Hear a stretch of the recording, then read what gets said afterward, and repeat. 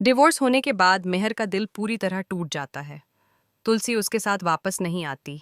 इसी बीच मेहर का गुस्सा फूट पड़ता है और वह नोयना को जोरदार थप्पड़ मार देती है। जी हाँ दोस्तों, क्योंकि सास भी कभी बहू थी का आने वाला ट्रैक बहुत ही जबरदस्त और धमाकेदार होने वाला है। आपको बता दें कि अब तुलसी ने आखिरकार मिहिर को डिवोर्स दे दिया है। जी हाँ, मिहिर और तुलसी का तलाक हो चुका है और शायद यह होना भी था। तुलसी नोयना के बार बार ताने मारने वाले रवैये से तंग आ चुकी थी। उसे लगने लगा था कि मिहिर कभी उससे अलग नहीं होगा। लेकिन जब तुलसी ने एक बार मिहिर को छोड़ने का फैसला कर लिया, तो वह उसे जबरदस्ती अपने पास क्यों रखती। दरअसल मिहिर पर लगे धोखे के आरोपों की वजह से तुलसी पहले ही उससे भावनात्मक रूप से दूर हो चुकी थी। ऐसे में डिवोर्स न देने का सवाल ही नहीं उठता था। लेकिन कहानी में असली मोड़ तब आता है जब डिवोर्स के बाद गौतम सामने आता है। आपको बता दें कि गौतम पहले नोरा की रिश्वत स्वीकार कर लेता है ताकि वह अपने बेटे नकुल को पढ़ाई के लिए विदेश भेज सके। वह चाहता था कि उसका बेटा खुश रहे, लेकिन बाद में उसे एहसास होता है कि वह बहुत बड़ी गलती कर रहा है।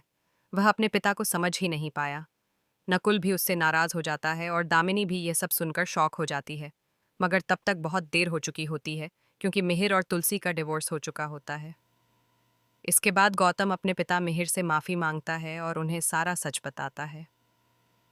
वह एक वीडियो भी दिखाता है जिसमें सच्चाई सामने आ जाती है। फिर वह मिहिर को लेकर तुलसी के पास जाता है।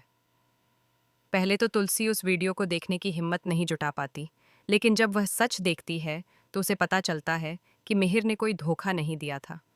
गौतम बताता है कि आप दोनों ने इतने सालों तक जिस सज़ा को झेला, उसके पापा हकदार ही नहीं थे। पापा ने कुछ भी गलत नहीं किया था। ये सब जानने के बाद मिहिर घुटनों के बल बैठकर तुलसी से माफ़ी मांगता है। वह कहता है, मुझे माफ़ कर दो तुलसी और वापस चलो। उसे लगता है कि सब कुछ इतना आसान है, सब भूलकर फिर से साथ आ जाना। लेकिन अब हालात बदल चुके हैं। डिवोर्स हो चुका है।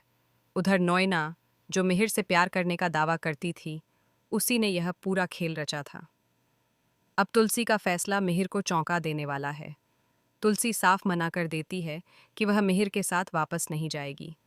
यह सुनकर मिहिर पूरी तरह टूट जाता है। जब वह घर लौटता है और नोयना को देखता है, तो उसका गुस्सा फूट पड़ता है। आखिर उसी की वजह से एक हंसता खेलता परिवार बिखर गया।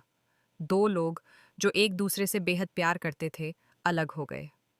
जब नोयना फिर भी एटीट्यूड दिखाती है और तुलसी के बारे में बुरा भला कहती है, तो मिहिर से बर्दाश्त नहीं होता।